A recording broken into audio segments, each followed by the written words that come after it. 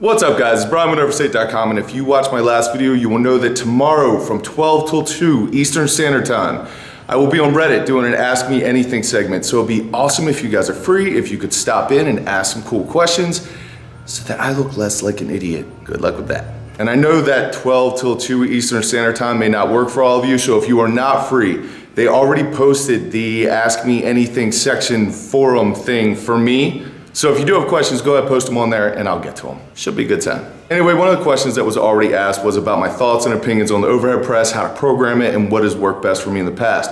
And since that's a pretty in-depth question, I thought I'd do an entire video on it. So here we go.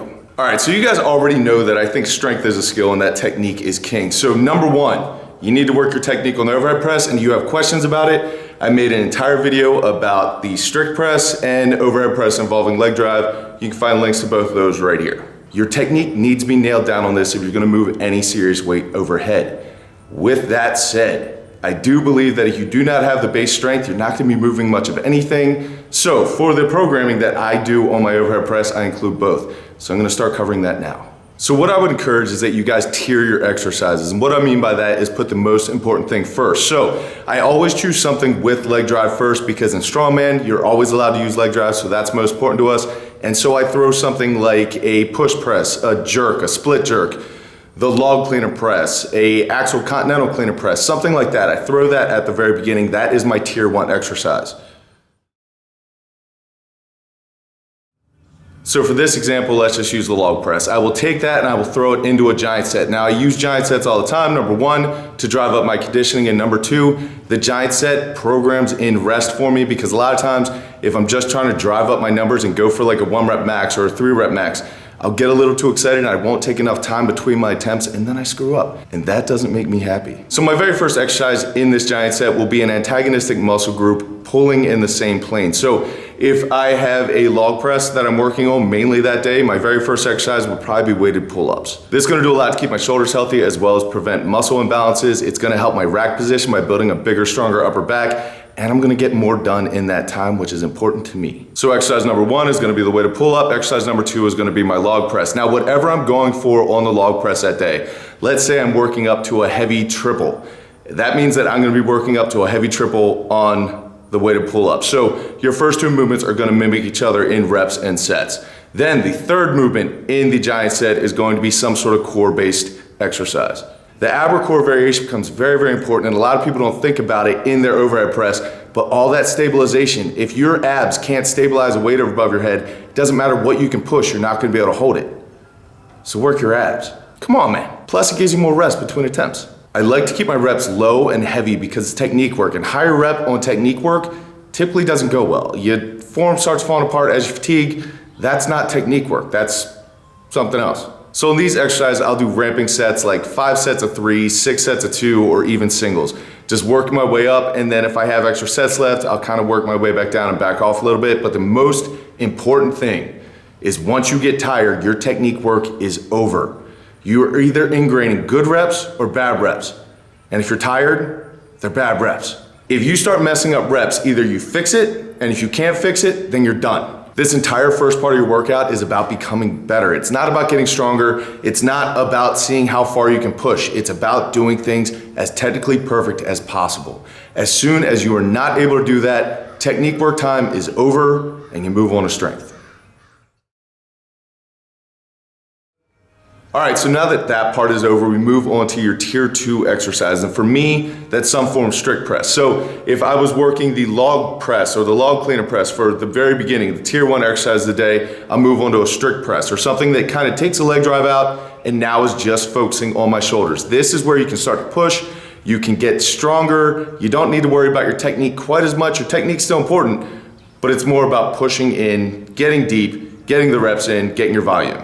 So for this, I like to work moderate weight with moderate reps. So I'll be doing like 5x5, 4x6, 10x3, and I always ramp my weights up and then I'll ramp them back down just a little bit. I don't ramp all the way back down, I just back off a little bit. But once you work up to a top set of, let's say 5, if you're doing 5x5 and you hit that top set on your 5th, then I drop back a little bit. So let's say you hit 100 pounds for 5 and that was your top set. You know you're not getting 110 for 5. Then I might drop down to 95 for 5 and then 85 for 5, and that'll be my 5 sets of 5. Hope that makes sense. And again, I do this in giant sets, and just about every single person I've ever seen at the gym does giant sets. They just look kind of like this.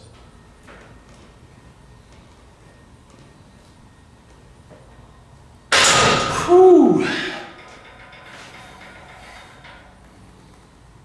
Yeah, man, work sucks. My life's so hard. Blah, blah, blah. I'm feeling sorry for myself. Blah, blah, blah. Don't be that guy. Now, again, my very first exercise is going to be some sort of pulling motion, but I want you to think about this more as an assistance exercise. So, on your very first one, you're doing something in the exact same plane. On this one, you can get a little more creative with it. With your assistance exercise, think about the things that are going to help you build your press. And you can't have a really strong press without a thick, strong upper back. So I will usually do some sort of rowing variation here. That will be my very first exercise. My second exercise, I will move on to some sort of strict press, typically with an axle or a log or a barbell. It doesn't really matter, but I'm not using leg drive and I'm just trying to drive with those numbers.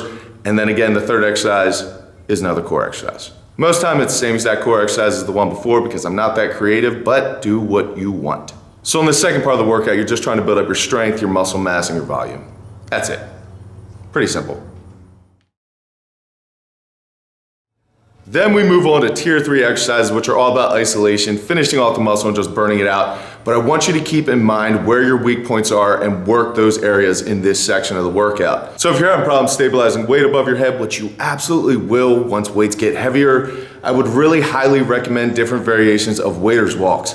My personal favorite are yoke waiters walks because I believe that they're the safest, but I know a lot of you do not have access to a yoke. But that's okay because if you do not have a yoke, you can use a barbell. Now, if you do not have room in your gym to be walking around with a barbell above your head, you can use dumbbells or kettlebells. It's not a big deal. You have to go single arm probably most likely, but just get it done. These will do a ton to help your overhead press. I know they help mine a lot. If your problem is shoulder strength itself, I don't think you can go wrong with Z presses. I love Z presses. They have done a whole lot to help drive up my overhead press numbers. And if you want to try a hard finisher, set up a clock for Tabata, which is 20 seconds work, 10 seconds off for 8 rounds or 4 minutes. Write that down. Grab an empty or very lightly loaded barbell and do Tabata Z presses. So for 20 seconds, you just do as many Z presses as you can, and then you get 10 seconds of rest. And then you go again, and then you go again, and then you go again, and then you want to die, and then you want to die more. But they work. Awesome finisher, try it out. And then you can't forget about those little tiny muscles like your triceps and your rear delts. So you're gonna want to throw on something like a bunch of face pulls, tricep extensions, dips, just about anything that's gonna overload those triceps. So an average giant set for me would be something like a 100-foot waiter's walk back and forth with moderate weight to a Z press, maybe max reps for 20 seconds. Let's just stick with that example. To a 20 or 30 face pulls with a band, to 20 or 30 tricep extensions again with a band. I will rest 90 seconds after that and run it all again. Now, will doing all that hurt the very first thing? Like on your second round, are you gonna be able to get as many Z presses as you could on your first?